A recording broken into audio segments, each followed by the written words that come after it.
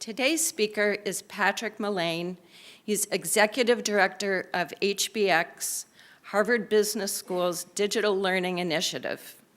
He's going to discuss the use of technology in education and provide an overview of Harvard Business School's approach to online learning. Prior to HBX, Patrick was CEO of Fabrico, General Manager of Technetics Industrial Turbine Portfolio. He managed Kaplan Test Prep and Admissions in Washington, D.C., and served as captain of the U.S. Air Force Intelligence Organization. He's a graduate of Notre Dame, Golden Gate University, and Harvard Business School. Please welcome Patrick Mullane.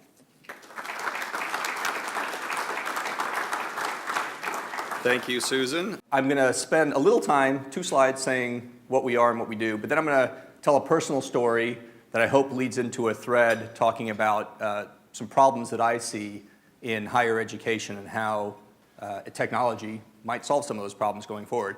And to that end, I should mention that what I'm going to talk about here is not necessarily the official position of the Harvard Business School. So I want to make sure that I said that this is mostly my commentary and opinion on what I see in higher education. I'm going to go through it relatively quickly and would ask that we hold questions till the end because I just want to make sure I get through all the material. So thank you for having me. By the way, when I was the CEO of Fabrico, I was a member of SBANE and found it to be a great organization and really enjoyed very much coming to these morning things. Great way to get out of the office and see an interesting speaker. And now I feel a lot of pressure to make sure that you guys would say that about me when I'm done. So let's see how it goes. So what is HBX? It's Harvard Business School's Digital Learning Initiative, as Susan said. What's interesting about it is when the current dean of the Harvard Business School, Nitin Noria, took over about 7 years ago, 6 or 7 years ago, he famously said that Harvard Business School will not do anything online. I graduated in 1999 at the height of the dot-com bubble from the Harvard Business School. And if you would ask my classmates at the time if we should do anything online and online learning, I think it easily would have been 90-10 against, 90% against. I had my 15-year reunion 2 years ago, and I think if you asked that question again, it would have been flipped completely the other way. It would have been 90-10 for.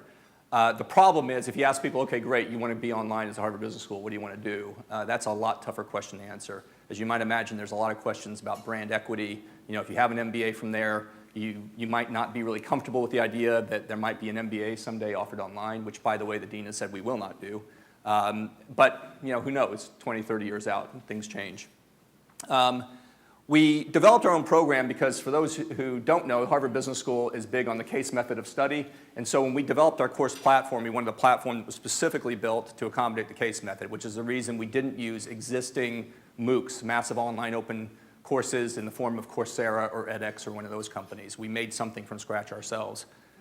We really focused the protagonists in the case method. So there's always somebody who's facing a business problem that the student learns by discovery and by interacting with their peers, and we hope that we have great evidence that shows our platform does that.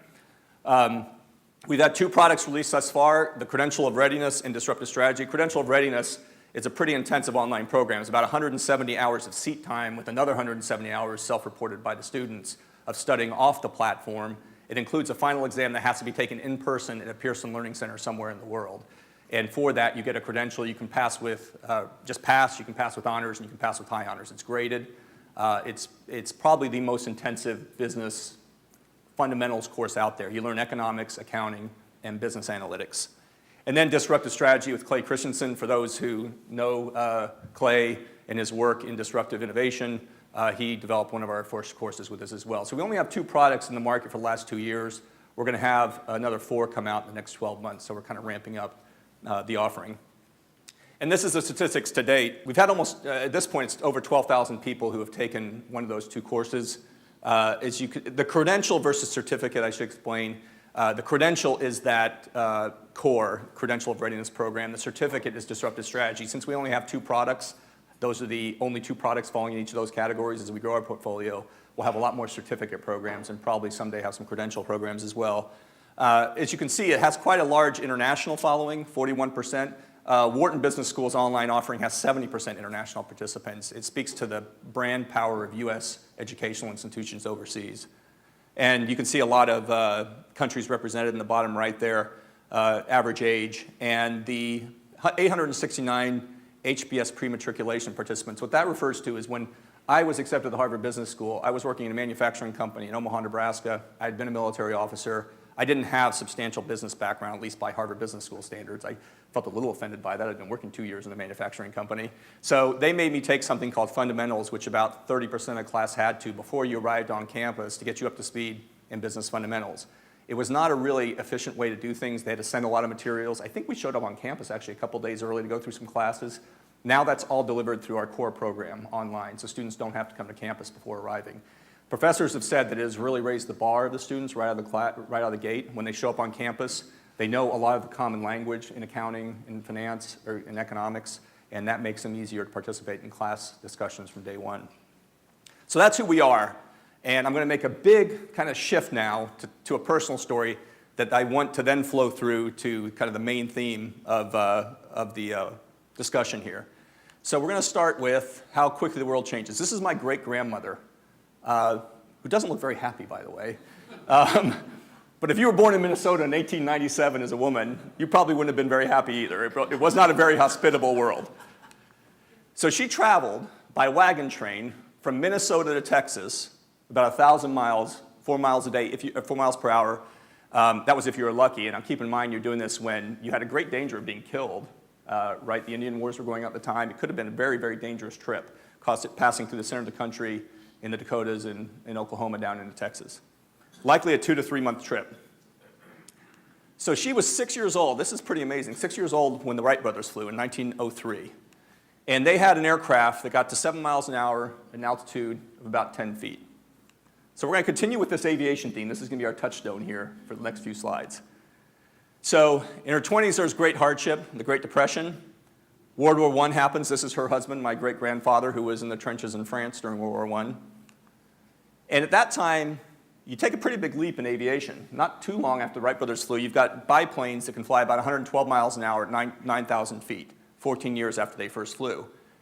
Now let's go to the 40s. So this is her son-in-law, my grandfather, getting the other side of the family now.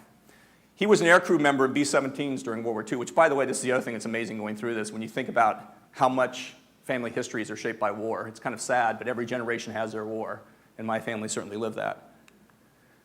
He flew in B-17s, got to an altitude of 25,000 feet, just 37 years after the Wright brothers at 285 miles an hour.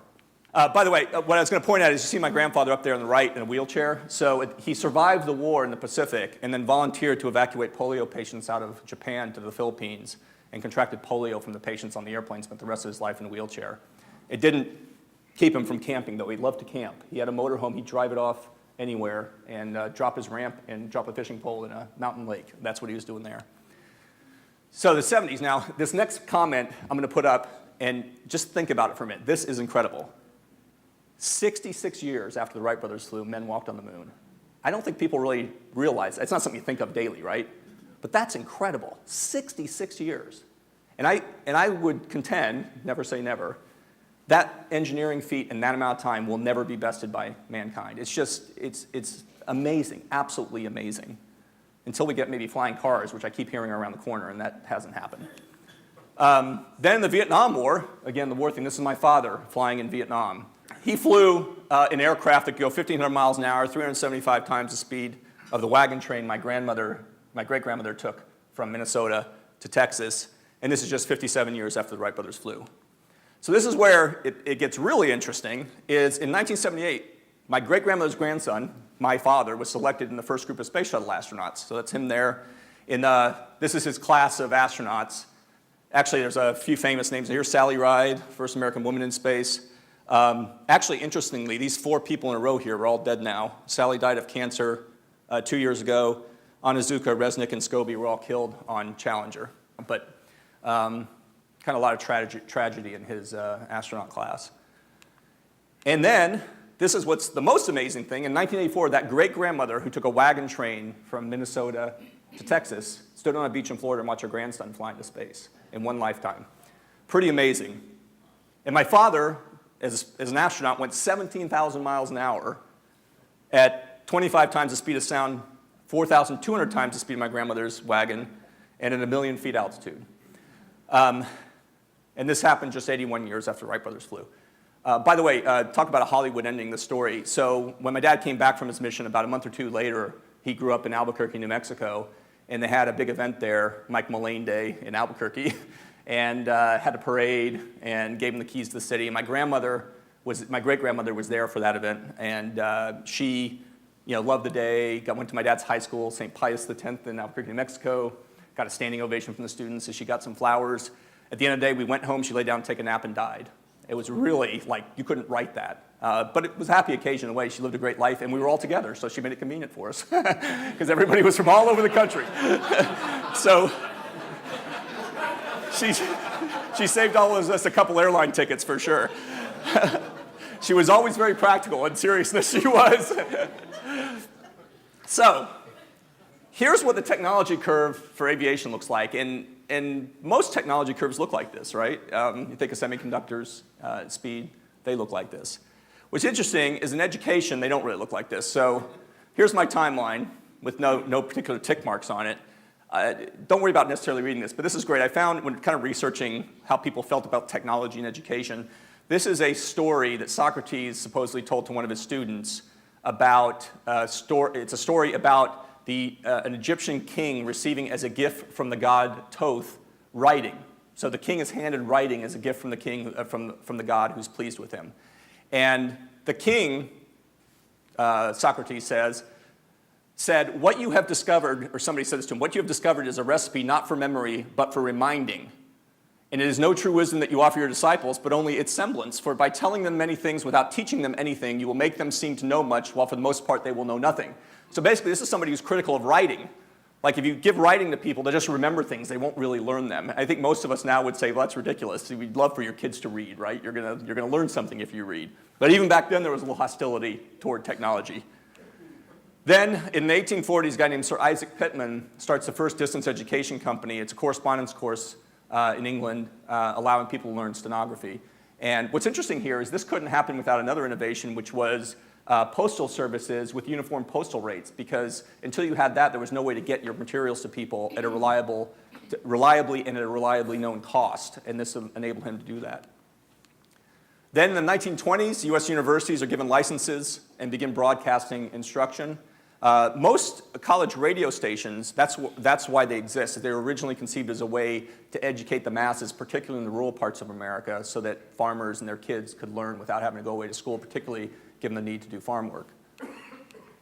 And then in the 60s, television was tried, and this is where PBS comes from, but it wasn't particularly successful. It was also thought that it could be used to reach people in the developing world, but obviously you got to have a TV, and that wasn't something that most people in the developing world had. And then we get to here, where you get the advent of computing, but really, for the most part, for a long time, all we did was take a standard classroom and put a laptop in the hands of the students. It wasn't like it was integrated in any way into the pedagogy, meaning the learning method of the program. So really not much has changed. In fact, I have a son in college. His college experience even still is not, he goes to Stanford, which would you think would be on the cutting edge, but he still goes and sits in a lecture and listens to a professor teach. Which, by the way, my son is studying physics, and he always gets mad at me when I say he's studying physics. He says, I'm studying theoretical physics, Dad. And I said, what does it matter? I mean, you're studying physics. And he says, because it sounds so much cooler. You put anything in front of physics, it sounds cooler. Theoretical physics, particle physics, quantum physics. And I have to admit, I think he's right about that. It does sound a little cooler. All right, so we do have a graph in education that looks like a technology graph, and this is it. Does anybody want to guess what this is? Cost, right. This is higher education indexed to 0 since 1986. I picked 1986 because that's the year I graduated from high school and went to college myself. So you can see that university tuition and fees have increased by almost 200%. This is the CPI. So they've almost doubled the pace of inflation over this period, and it's even worse if you go back further. So, and that has led to this graph. Anyone want to guess what this graph is? This one's a little scary. What's that? I think somebody said student debt. Right, so anybody want to guess what the number is? Total outstanding student debt? What'd you say? 1.3 trillion. That's right, 1.3 trillion. Now here's another question. How much of it? Well, you can see there's the answer. The government owns about 1 trillion of that now. Now, a significant increase in 2010. The government started to move away from grants and doing loans, and the change in law in 2010, the government also took out the middlemen, where banks aren't lending it anymore with government backing. The government's lending it directly. And as was already said, total debt is 1.3 trillion. This is scary. It's really scary, and it gets scarier with some of the slides I'm going to show now. So to put this in perspective, 1.3 trillion equals the total amount of individual income tax collected last year. It's a big number. Total mortgage debt is 8.37 trillion. So it's 1/8, but when you think of the number of people involved and the value of homes, and also, and we can get into debates about this, you hope when you're buying a home, you're buying an appreciating asset. You would hope when you're buying education, you're doing the same thing, but that doesn't tend to always be the case either. This is a really scary one. This is a Fed chart of balances of different kinds of debt that are over 90 days delinquent. The only one going up is student debt. And by the way, you notice it has surpassed the peak of mortgage defaults during the mortgage crisis. Not good. The other thing that's really insidious about student debt, too, I know you all have heard some of this before, but the fact that I'm not a fan of making it easier for people to declare bankruptcy, but it can't be discharged in bankruptcy. Nothing happens when you die. It carries over to your estate. The other thing that was really interesting is I found this hard to believe, and I wanted to double check it, but I read from a reputable source that until 3 years ago, if a student had a cosigner on a loan and the cosigner died, the debt was immediately put into default and demand for collection, which was kind of crazy when you think about it, because you could have been a student who had cosigned, be making $10 million a year, 10 years on out of school, and yet if your dad or mother dies because they co-signed on the loan, you're going to get a call saying you need to pay up. The other thing that's pretty amazing is student loans is now the second largest bucket of debt in any average American household. But at least we're making interest on this, right? Here's a quote from Elizabeth Warren. For the accountants in the room, I'm sure you'll appreciate this one. We get $66 billion in profits. By the way, I'm not going to pick on Elizabeth Warren here, but I will say picking on politicians in general. The same group of people who were advocating for the government to take over the student loan program then were shocked to realize we're going to collect interest from it and make money off of the loans we're giving to people. So you can't make this stuff up. And that is sort of true. The Congressional Budget Office says that loans will earn the government $184 billion in profits over the next 10 years. Does anyone guess why this math isn't good? Any guesses? Yeah, effectively. When they calculate the value of the future stream of cash flows for student debt, they're using a risk-free rate, because that's what the Congressional Budget Office is required to do by law. But obviously, the student debt is not risk-free. As we just saw in that last chart, there's a lot of people who probably won't pay some of it back. So if you do the accounting, fair value accounting, which is what a corporation would be required to do with a similar asset, you end up with a $95 billion loss over the next 10 years. And I would guess, I don't know what risk was applied. It's anybody's guess as to how many loans won't be paid off. And also, this number could be made worse just by whatever decisions the government makes, because if the government decides to forgive loans after a certain amount of time, then obviously that's something the taxpayer is going to foot the bill on. So if degrees were homes and student loans were mortgages, I think part of the problem we have is that too many people are buying poor assets at way too high a price. And in full disclosure, I have a math degree, and I wish I could have been an English major. I had an ROTC scholarship because I was in the military, so I couldn't just switch to whatever I wanted to. I started out as an aerospace engineer. I couldn't switch to whatever I wanted to. So I'm not saying this to be holier than thou with respect to technical degrees. But the fact of the matter is, if you look, and this is the top 10, by almost any list you look at, top 10 degrees for compensation. And also, I'm just talking about money here because it's the only thing we can really measure. I know there's a lot of other things that matter. You want to be happy in what you do. I'm not arguing that point at all. By the way, if you carry this list out to the top 20 degrees for compensation out of college, it's still all technical. That's what I found amazing. You don't get to a single liberal arts degree in the top 20 in the last 5 years. So the question is, why don't more people? You would think that if education was like any other market where there's demand, the amount of money you're being paid is higher, all things being equal, which they aren't, you would choose a technical degree over some other degree.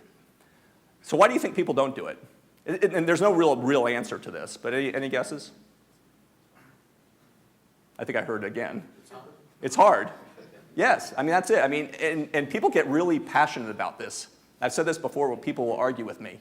It's harder. It just is. I used to tease my liberal arts majors about it. Well, actually, I'll get to that in a minute because there's actually data to support this. So why does STEM lose students? So first of all, about 40% of students who enter college say that they plan to and enroll in courses that would indicate that they're interested in pursuing science, technology, engineering degree. But half of these never finish. And the reasons aren't surprising. Difficulty is one. The building nature of a curriculum, we were talking about this at my table, is that when you take a technical discipline, when you get behind, it just snowballs. If you're taking a history course, there can be some of that, right? You have to learn what happened before the next thing happens. There's some truth to that. If you're reading the great books, though, it's not like one book leads to the other in most cases. So if you get behind, students really get discouraged very quickly because they get overwhelmed by the amount of work they'll need to do to catch up. Grade inflation or deflation, depending on your perspective. This is really telling. So this was a study that some professors did at some major universities about the grade point average of students in different disciplines. If you're a student wanting to graduate with a high GPA because you eventually want to go to business school or law school or whatever, or you just care about the numbers, your chances of finishing with a higher grade point average in those disciplines is much lower. And there's belief that this kind of steers people in their decisions as well. So if we kind of put all that together and we say, what's our problems, and then talk a little bit about ideas about how to solve them with technology, and these are my opinions of the problem statements. We've got too many people borrowing too much money to study disciplines that don't justify the financial risk. The other point, some of you may have seen it about, I don't know, maybe 3 or 4 months ago, Boston Globe had a great series of articles, or an article, about the fact that we also don't realize that it's one thing to take on student debt and have a degree, but a whole lot of people never get the degree. They take on the debt but never finish. Then you're really in a bad place. And the article pointed out that particularly for low-income people who go to community colleges, who take on, or to for-profit colleges, and by the way, I'm a big for-profit guy. The numbers do show, though, that some of the performance in some of the for-profit colleges haven't kind of, for the amount of federal funds they were taking relative to the outcomes, weren't great. But it's also a higher risk population that they tended to serve. So you can debate whether that's better than having nobody serve that market. But in any case, people are borrowing too much and sometimes not getting a degree or getting a degree that won't help them. And we're all to blame too, by the way. As somebody who worked in a manufacturing company, a good welder in our company, and we did very precision welding, it wasn't just bridge welding and stuff like this. This is stuff that very few people had the skill for. But a good welder in our company in a good year could make about $110,000 a year. And that's out of high school with full benefits. That's better than almost any college graduate's going to make. Yet we put a stigma, I think, on not having a degree. We as parents do, and I'm guilty of it myself. Our politicians do. Having everybody get a 4-year degree, in my opinion, is not healthy for the country, mainly because there's a lot of people who probably do it and are uncomfortable with even doing it to begin with. The secondary problem statement is that people are told, I'll just talk about this, the degree at any price point is good by parents, politicians, and journalists. You see it everywhere. So let's now go back to technology in education. Is how can technology help solve these problems? So a few ideas I have, and nobody's really asking me to solve these problems, but through my little world at HBX, I'm hoping we can do some of it.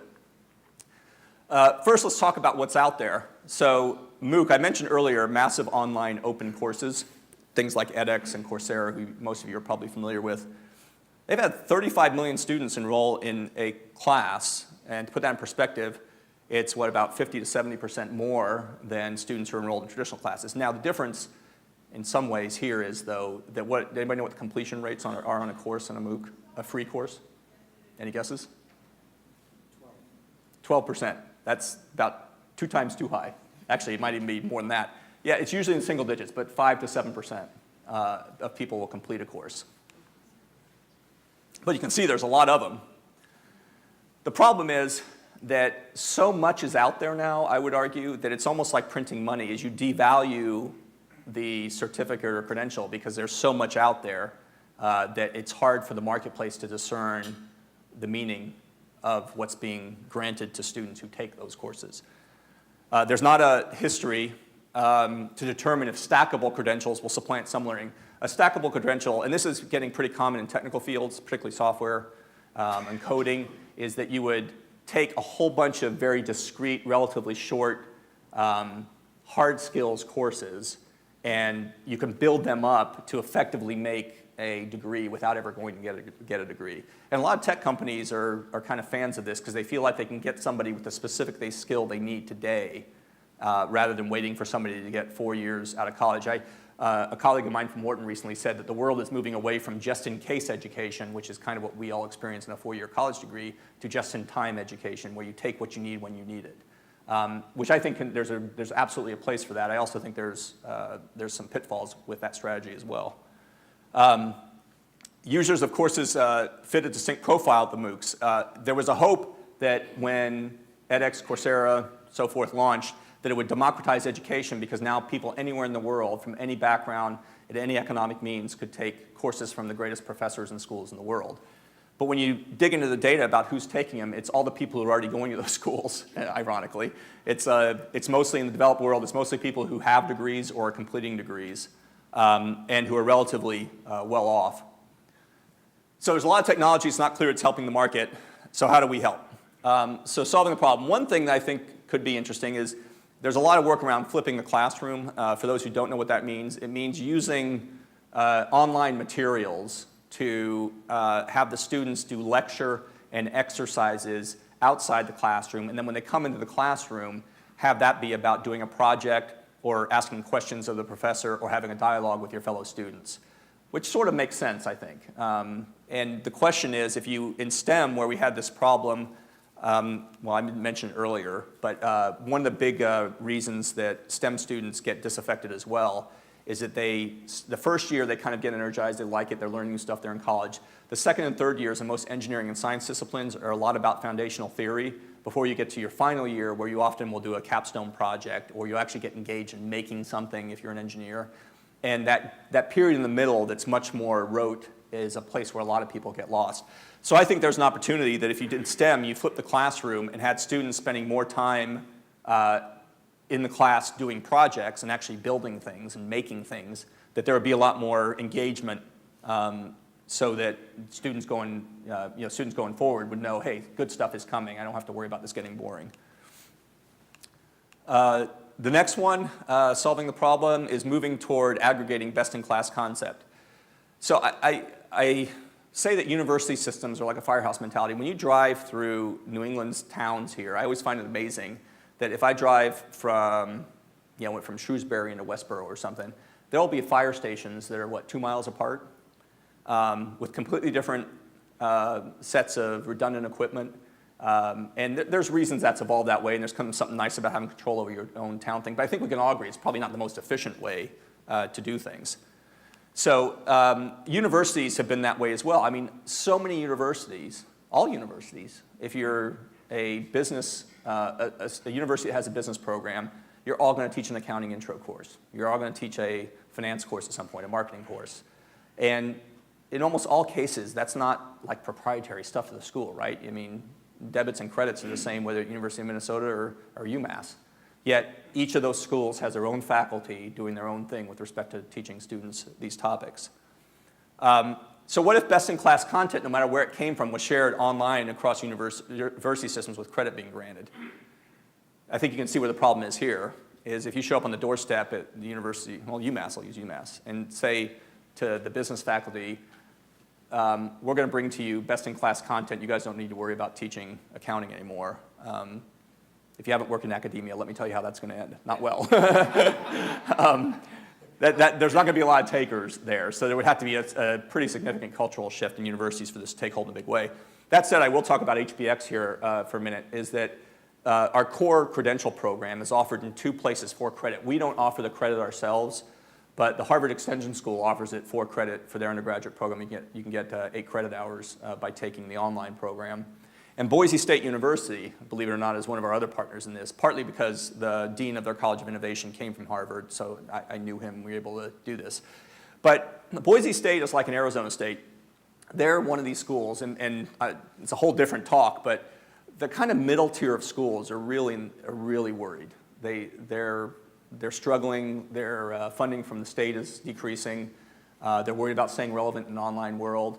For some time, and again, I'll never say never, you know, the Stanfords, Harvards, Penns, Ivy League, top 30 universities say that, or probably going to be okay. They got large endowments, they got dedicated alumni, but it really gets a lot muddier when you start looking at the middle part of that market. Boise State would certainly fall in that category. It's the largest state school in Idaho, has a large number of Pell Grant recipients, meaning many people don't have the funds to pay for school themselves. And they're worried about kind of being disaggregated by everything out there. So they've taken the approach that we're going to be an aggregator of best-in-class content no matter where it comes from. And they have a culture with their faculty that's allowing this. So they're offering core now is 8 credit hours toward your bachelor business degree, and they put a lab around it, so 1 more credit hour, where students who are taking Harvard Business School's online core product can go and ask the professor about the content or ask how it applies to their particular circumstances. So as an example, Idaho is still a very agricultural state. You won't be surprised, it sounds stereotypical, but it's true, they told me. Most of that's potatoes. And if you're a student on a farm who's taking courses at Boise State and you take core and you learn about accounting, and we have case studies on accounting in our program that include large corporations, but we also have small ones. We have a company called Cardulo's that is in Harvard Square. They're in our program where the owner is talking about how she does accounting for inventory on her shelves. Well, if you're taking that course and you want to go in and find how it applies to you, now you have a lab where you can go ask a professor, hey, you know, my family runs a family farm. How do I depreciate potatoes sitting on a shelf? You know, put a local spin on kind of standard content. Using technology to supplement the trades, this is the one near and dear to my heart, is rather than maybe telling everybody go get a 4-year degree, how about for people who are really interested in the trades, say you don't have to give up that much because you can go study your trade, but then through technology we can deliver to you a minor, if you will, in business. You know, you've taken all the fundamental credits of a business program. And by the way, if you later want to go get a degree, then you can do it and you'll have a head start. You'll have had your first 2 years taken care of. I think this is something that is getting more traction out there in the market. And as I said, could it launch the career of students in a more traditional way as well? I got 2 more here. Offer large segments of degrees online. It's already underway, this experiment. Arizona State University rolled out what they call the Global Freshman Academy. You can take your whole first year online now before ever arriving on campus for credit. And you only pay for the course after you've completed the program and gotten the credit. So you only are paying when you know you've finished.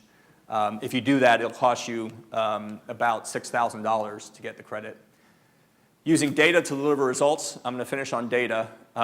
More can be known about a student who is online in a course, and I'll show you how in a minute. We're learning this at HBX. So for data on HBX. And originally, the people who signed up for our courses were in the younger part of the range. This is the MBA program at Harvard, so we're even younger than that. But as we've progressed, we find that the tail is stretching out quite a ways now. We get a lot more adult learners. I'm 48, and I lament the fact that it looks like I'm getting ready to fall off the end of a cliff over there on our chart. This one's also interesting, talking about behaviors. This is a heat map that shows when people are active on our site. So red represents a lot of activity. So Wednesday night into Thursday midday. So why would that be? Anybody want to guess? It's an assignment due. You have to take a quiz, a module quiz. And we always do it middle of the week on Thursday. So people are procrastinating, right? Here's also, we have this when you log in, you see a map of the world. This shows activity. There's a blob that shows who's online at a time. This is Wednesday night. This is Thursday. I always like to point out, I don't know whether I'm proud of this. There's a fellow Texan who either missed the deadline altogether or is really conscientious and is working on next week. I prefer to think the latter. Now here's my last slide, finish on this about how data, and this one everybody ought to show their children. So these are 4 groups of people. I'm not going to tell you what the groups are because I want you guys to guess. What this represents is the amount of time these groups spent on our platform in the last 36 hours before module deadline. If you leveled the time, 36 hours equals 21% of a week. I think it's 21% of a week, right? So if you leveled your time, you should be spending about 21% of the time on the platform in a given week in the last 36 hours before your quiz. This bottom group sort of does that. They're around the 15 to 20%. The top group doesn't. They're spending twice as much time as they should if they level loaded in the 36 hours before an exam. So the question is, what do these 4 groups represent? Anybody want to guess? This is our last one, so I'll be done. It's not age, no. It's not gender. I get that one every now and then. I never ask people which one they think is which, by the way. Location, no. Think of the outcome. Think of outcomes. Remember I told you you can get grades in the course, right? So the top are people who failed the course, and the bottom are people who finished with high honors. So this is really the power of online, is that I don't think any of us, this isn't, news, right? I mean, I think we all would suspect this is the way students behave, because we behave this way. But until technology came around, there was no way to know for sure. We know for sure, because we can tell when they're engaging with the content. And the lesson's pretty clear. If you procrastinate, your chances of succeeding go down. And I'll finish with this story, which I find ironic. We first presented this slide at a event where we invited everybody taking our courses to campus on their own dime. We had 500 people show up for a day at the Harvard Business School. It's pretty amazing. And my counterpart on the faculty who was putting the slide together was putting the finishing touches on it literally 2 minutes before he goes on stage to talk to these 500 people. And I said to him, you do see the irony here that you're working on the slide. And he very bright guy, but totally lost on him. He says, no, it's different because I intended to get it finished right now. I'm like, that doesn't count. So that's all I have. Do we have time for a question or two or no? Okay, questions, yes.